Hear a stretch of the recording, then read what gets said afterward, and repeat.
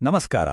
ರೇಷ್ಮೆ ಕೃಷಿಯಲ್ಲಿ ಉತ್ತಮ ಆದಾಯ ಗಳಿಸಬೇಕು ಅಂದ್ರೆ ಎಲ್ಲರ ಗಮನ ಇರೋದು ಗೂಡಿನ ತೂಕದ ಮೇಲೆ ಅಲ್ವಾ? ಹಾಗಾದ್ರೆ ಗೂಡಿನ ತೂಕವನ್ನ ಹೆಚ್ಚಿಸಿ ನಮ್ಮ ಲಾಭವನ್ನ ಹೇಗೆ ಗರಿಷ್ಠಗೊಳಿಸೋದು ಅನ್ನೋದ್ರ ಬಗ್ಗೆ ಒಂದಿಷ್ಟು ವೈಜ್ಞಾನಿಕ ವಿಧಾನಗಳನ್ನ ನೋಡೋಣ ಬನ್ನಿ. ಮೊದಲಿಗೆ ಈ ಪ್ರಶ್ನೆ ತುಂಬಾ ಮುಖ್ಯ. ಯೋಚನೆ ಮಾಡಿ, ಗೂಡಿನ ತೂಕದಲ್ಲಿ ಸ್ವಲ್ಪ ವ್ಯತ್ಯಾಸವಾದ್ರೂ ಅದು ನಮ್ಮ ಲಾಭದ ಮೇಲೆ ನೇರವಾಗಿ ಪರಿಣಾಮ ಬೀರುತ್ತೆ. ಹಾಗಾದ್ರೆ ಈ ನಷ್ಟವನ್ನ ತಪ್ಪಿಸೋದು ಹೇಗೆ?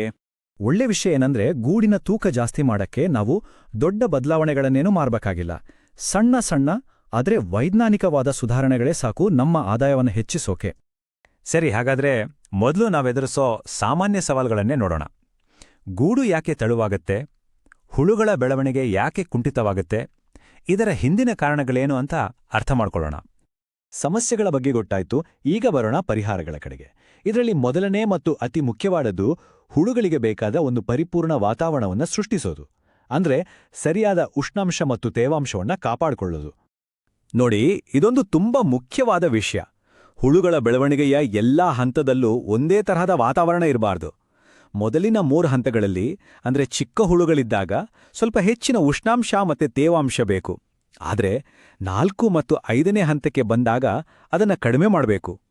ಈ ಒಂದು ಸಮತೋಲನ ಇದೆಯಲ್ಲ, ಅದೇ ಗೂಡಿನ ಗುಣಮಟ್ಟವನ್ನ ನಿರ್ಧರಿಸುತ್ತೆ. ನಮ್ಮ ಕರ್ನಾಟಕದ ಬೇಸಿಗೆ ಬಗ್ಗೆ ಎಲ್ಲರಿಗೂ ಗೊತ್ತೇ ಇದೆ. ತಾಪಮಾನ 35 ಡಿಗ್ರಿ ಸೆಲ್ಸಿಯಸ್ಗಿಂತ ಹೆಚ್ಚಾದ್ರೆ ಅದು ರೇಷ್ಮೆ ಹುಳುಗಳಿಗೆ ತುಂಬಾನೇ ಕಷ್ಟ. ಈ ಬಿಸಿಲಿಗೆ ಹುಳುಗಳು ಸೊಪ್ಪು ತಿನ್ನೋದನ್ನೇ ಕಡಿಮೆ ಮಾಡಿಬಿಡ್ತವೆ. ಇದರಿಂದ ಅವುಗಳ ರೇಷ್ಮೆ ಗ್ರಂಥಿಗಳ ಬೆಳವಣಿಗೆ ಸರಿಯಾಗಿ ಆಗಲ್ಲ. ಹಾಗಾದ್ರೆ ಈ ತೇವಾಂಶವನ್ನ ಕಂಟ್ರೋಲ್ ಮಾಡೋದು ಹೇಗೆ? ತುಂಬಾ ಸರಳ. ಸಾಕಾಣಿಕೆ ಮನೆಯ ನೆಲದ ಮೇಲೆ ನೀರು ಚಿಮುಕ್ಸ್ಬೋದು, ಕೋಣೆಯ ಮೂಲೆಗಳಲ್ಲಿ ನೀರು ತುಂಬಿದ ಪಾತ್ರೆಗಳನ್ನು ಇಡ್ಬೋದು, ಮತ್ತು ಎಲ್ಲಕ್ಕಿಂತ ಮುಖ್ಯವಾಗಿ ಮನೆಯಲ್ಲಿ ಗಾಳಿ ಚೆನ್ನಾಗಿ ಆಡೋ ಹಾಗೆ ನೋಡ್ಕೊಳ್ಬೇಕು. ಈ ಸರಳ ವಿಧಾನಗಳು ದೊಡ್ಡ ವ್ಯತ್ಯಾಸ ತರ್ತವೆ. ವಾತಾವರಣದ ಬಗ್ಗೆ ಮಾತಾಡಿದ್ವಿ. ಈಗ ಮುಂದಿನ ಪ್ರಮುಖ ಅಂಶಕ್ಕೆ ಹೋಗೋಣ. ಅದುವೇ ಹುಳುಗಳ ಬೆಳವಣಿಗೆಗೆ ಬೇಕಾದ ಸ್ಥಳಾವಕಾಶ.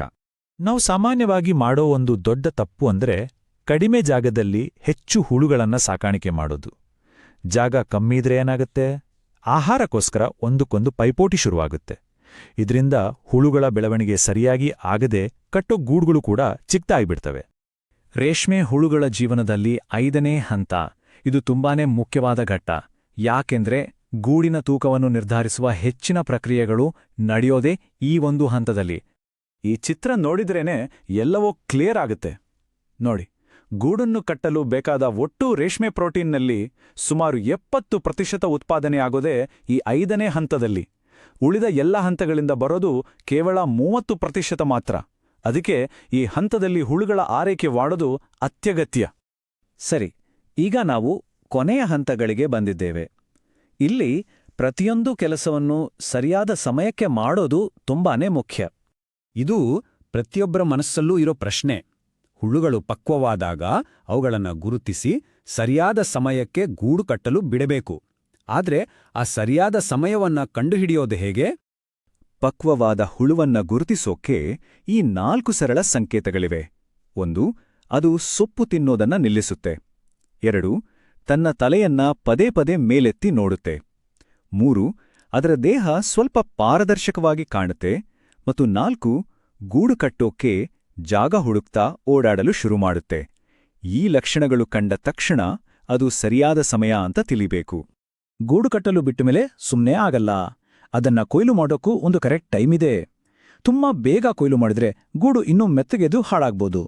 ತಡ ಮಾಡಿದ್ರೆ ರೇಷ್ಮೆಯ ಗುಣಮಟ್ಟ ಕಡಿಮೆ ಆಗ್ಬೋದು. ಹಾಗಾಗಿ ಗೂಡು ಕಟ್ಟಲು ಶುರುವಾಗಿ 5ರಿಂದ 6 ದಿನಗಳ ನಂತರ ಕೊಯ್ಲು ಮಾಡೋದು ಒಳ್ಳೆಯದು.